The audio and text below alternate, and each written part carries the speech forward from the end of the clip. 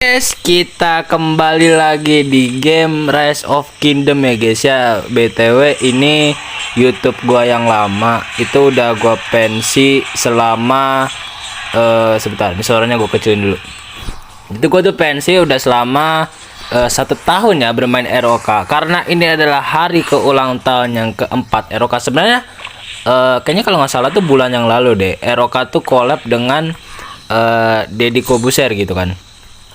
Jadi kali ini ya di ROK season kedua ini gua akan lebih niat lah dalam bikin konten, karena waktu itu pada saya di konten-konten sebelumnya itu saya udah bahas, cuman itu 1 tahun yang lalu. Kalian bisa cek aja di profil YouTube ini, udah 1 tahun yang lalu. Jadi tuh kayak bener-bener bisa dibilang kayak kontennya tuh agak-agak gimana-gimana gitu, dan banyak pertimbangan yang harus aku perbaiki, jadikan pembelajaran di sini. Jadi aku ngumpulin tenaga lagi, ngumpulin power lagi, dan akan siap meng-share tentang materi-materi yang akan dibahas di dalam game Rise of Kingdom ini. Sebelumnya ini aku udah bikin akunnya, jadi aku nggak bener-bener pure dari awal. Kenapa? Karena aku udah bikin akun, dan ini nih rencananya nih akun ini akan aku jam. Apa kalian tahu dengan arti akun jam? Nah itu bakal gua bahas nanti belakangan. Tapi yang penting gua akan bahas basic dari permainan Rise of Kingdom ini. Ya, basic dari permainan Rise of Kingdom ini. Yang pertama, ketika kalian akan mendownload game Rise of Kingdom ini, ya, kalian akan dipilih dengan peradaban. Ya, ini aku sambil farming barbarian ya BTW. Nanti aku akan jelaskan apa fungsi dari kita farming barbarian, ngehajar barbarian. Terus aku membagi ROK ini menjadi 2 hukum, yaitu hukum open field dan hukum manajemen. Ya, perlu aku ingatkan sebelum aku masuk lebih dalam tentang game ini. Game ini adalah game yang gratis untuk diinstal ya. Tapi ini adalah game yang dengan ibarat kata pay to win. Jadi di game itu ada bundle-bundle tersendiri, dan itu biasanya sultan-sultan yang beli. Jadi game ini adalah sebagai game MMORTS atau game yang real time strategi. Cuman itu ada dengan bantuan duit. Ya. Bantuan duit. Aku di sini sebagai player F2P atau player gratisannya ingin menantang diri kembali ke dalam game ini. Jadi supaya kalian tidak masuk terlalu jauh dalam kontenku, atau kalian itu jadi kalian tuh bisa merasakan terlebih dahulu apa pengalaman aku selama bermain game ini. Dan itu game ini tuh bener-bener game yang pay to win atau bener-bener keras banget. Nih salah satu contoh bundle lah nih, ada pada bundle Minamoto. Bundle Minamoto no Yosen ini 16.000. Ya kan? 16.000, dan banyak lagi bundle-bundle lainnya. Dan para sultan itu membelinya bundle-bundle tersebut. Nih, aku akan memberikan logika yang sangat simpel kepada kalian. Nih aku upgrade dulu sebentar. Ada bangunan-bangunan, ini lebih ke arah manajemen guys. Riset, ada riset juga. Untuk lebih jelas aku ntar bakal jelasinnya di Word aja ya guys ya. Aku nggak bakal jelasin di sini, aku kan jelasinnya di Word. Jadi supaya kita tuh nggak pusing itu loh. Ada terstruktur dan terlihat dengan jelas serta rapi kan. Aku akan contohkan seperti ini ya. Ini kingdom ini tuh baru dibikin nih. Aku akan pertunjukkan akun aku. Ini 1 tahun yang lalu ya. 1 tahun yang lalu nih akun aku nih kayak gini nih. Wait sebentar, loading. Kok lama? Nah, akun aku tuh dengan power 9 juta. Ya, udah 9 juta di sini no. Namanya gila kan. Ini kita jadiin, nah. Nggak bisa dijadiin ini kah? Sebentar wait. Aku mau jadiin star guys, maksudnya. Bentar. Jangan login ke akun-akunku. Ini sebenarnya akun-akun percobaan ya guys. Jadi akun-akun dimana gue bisa belajar. Dan aku akan membandingkannya dengan RBS Luwak, karena RBS Luwak ini adalah akun 1 tahunku yang lalu. Nah, oke. Kingdom ini itu baru berjalan sekitar kurang lebih 4 jam. 4 jam kurang. Jadi aku tuh baru masuk di Kingdom ini bener-bener baru ya. bener-bener kayak Kingdom ini tuh. Nih cara ngeliat Kingdom tuh di sini guys. No, ini wilayah Latvia. Kalian bisa lihat, sorry, wilayah Latvia itu tuh baru saja 1 jam ya, 1 jam. Kalian lihat powerku tuh baru 11.000. Jadi kalau powerku 11.000 dan kita bisa lihat di sini. Sebentar, aku sambil farming barbaran lagi. Kenapa? Karena ini adalah cara bagaimana F2P atau free to play itu bermain di game ini dengan sangat mulus sehingga mencapai tujuannya. Aku akan memberitahukan tujuannya itu nanti. Di sini BTW aku dijadikan R4. Kenapa? Karena aku ingin lebih mendalami game ini kembali ya guys ya. Jadi aku dijadikan R4. Aku udah chat. Ini kebetulan orang-orang Indo. Nah, jadi aku bisa ngerti bahasanya ya. Waduh, WA guys. Mohon dihiraukan ya guys ya WA ini. Mohon dihiraukan WA ini. Kalau ada notif-notif itu dihiraukan aja guys ya. Karena ini BTW gue mainnya di handphone. Jadi ya alhamdulillah sih lancar-lancar aja selama gue mainnya. Selama main game ini gue masih bisa lancar. HP gue masih kuat karena game ini tuh berukuran 800 MB. Itu kalau misal udah semakin jauh kalian bermain itu bisa ukurannya sampai 1-2 GB. BTW gue nggak bakal bikin video panjang-panjang. Kenapa? Karena emang ini pembahasannya tuh panjang banget guys.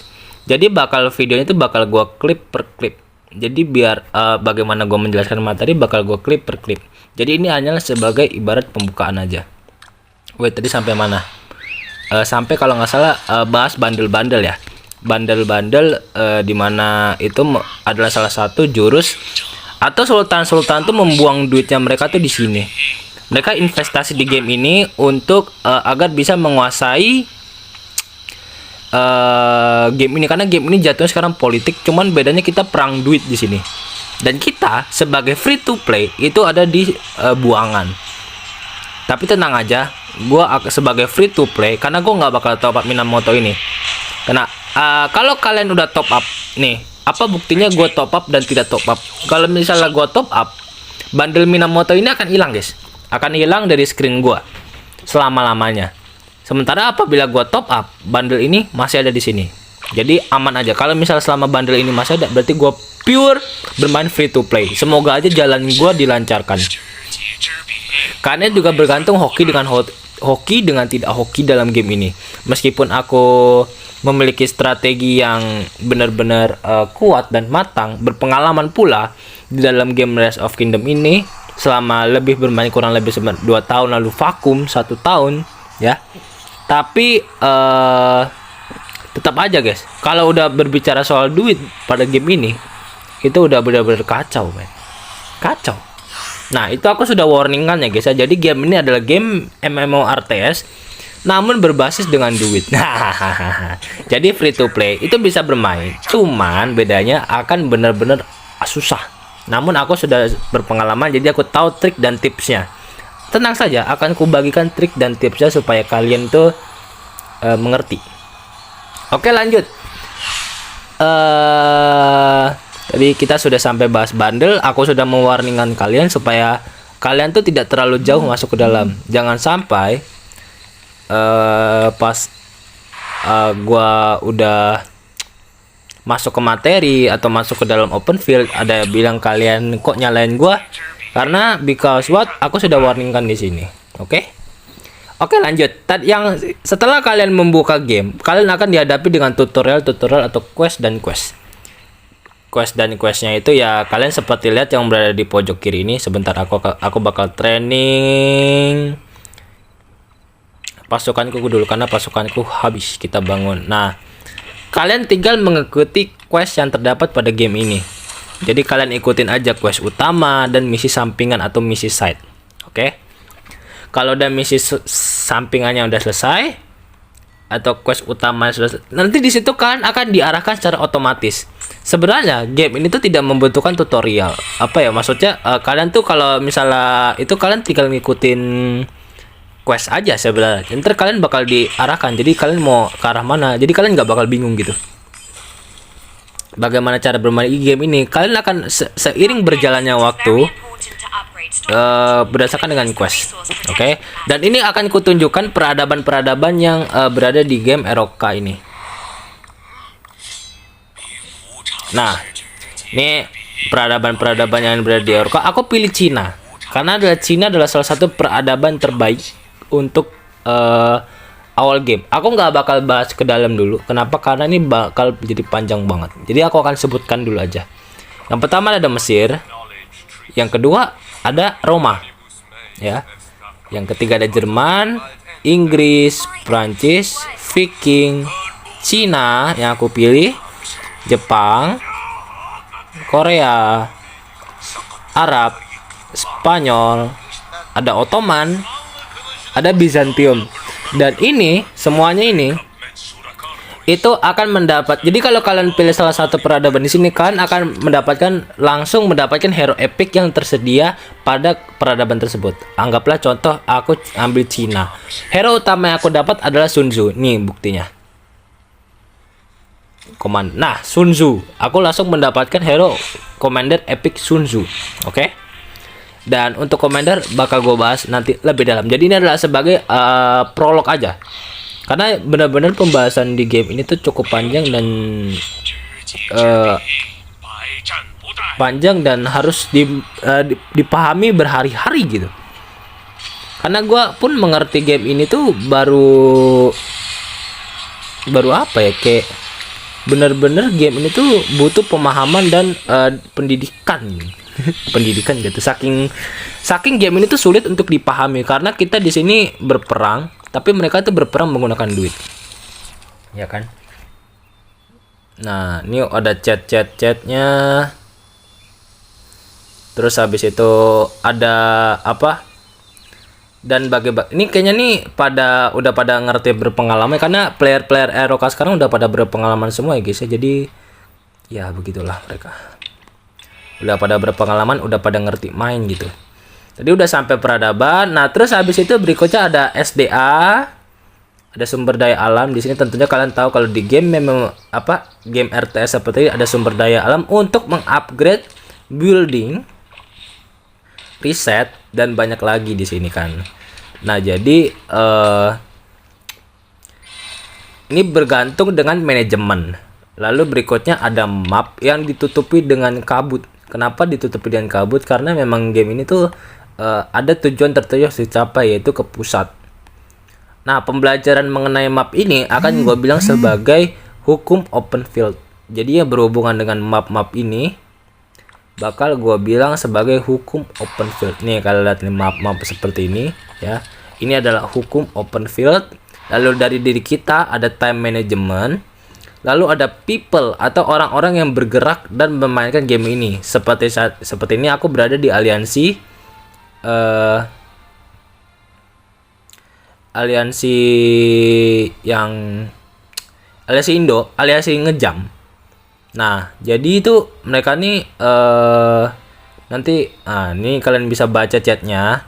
Mereka ini ada salah satu player yang berpengalaman. Kenapa? Karena mereka tahu kalau kita bikin aliansi, kalau kita nggak ada spender atau yang mengeluarkan duit di game ini, maka kita akan diinjak-injak. Nih kalau kalian nggak percaya nih omongan aku, diinjak-injak tuh, benar kan? Berarti sudah ada player yang berpengalaman. Karena game ini juga udah lama guys, udah 4 tahun lebih kayaknya. Baru 4 tahun deh, ini baru ulang tahun yang ini ya guys, baru ulang tahun. Mohon maaf. Nah, kita ikuti quest, kalahkan level barbar level 4. Kita ikutin guys, level 4 mana kita tadi. Nah, ini. Jadi ada people atau aliansi. Jadi tujuan kalian bersama-sama aliansi membangun bendera, membangun wilayah, ya. Lalu kalian pergi ke arah tengah-tengah sini. Nah, tengah-tengah sini adalah kabut. Dan sebenarnya aku udah tahu isinya apa. Nanti akan berarah kemana aku sudah tahu, sudah mengerti.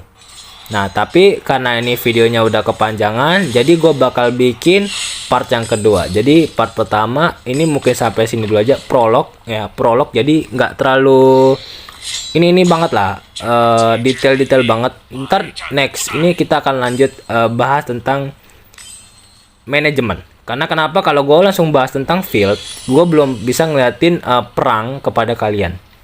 Kalau udah bisa ngeliatin tentang perang kepada kalian, ya, baru aku akan membahas pelan-pelan tentang field, karena field ini cukup panjang. Oke? Itu dulu dari gua. Kita lanjut ke next part. Tutut.